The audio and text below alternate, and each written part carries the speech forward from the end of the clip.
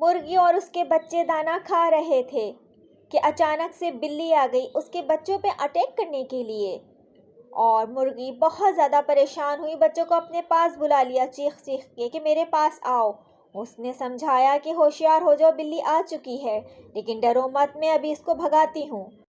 پھر دونوں میں خوب لڑائی ہوئی، کبھی بلی بہت زیادہ مارتی تو کبھی مرغی اس کو بہت زیادہ مارتی۔ آخرکار مرغی ہی جیت گئی، اس نے خوب مارا اسے، اور بلی بھاگ کے اپنے گھر کے اندر آ کے چھپ گئی، وہ ڈر گئی تھی اس سے۔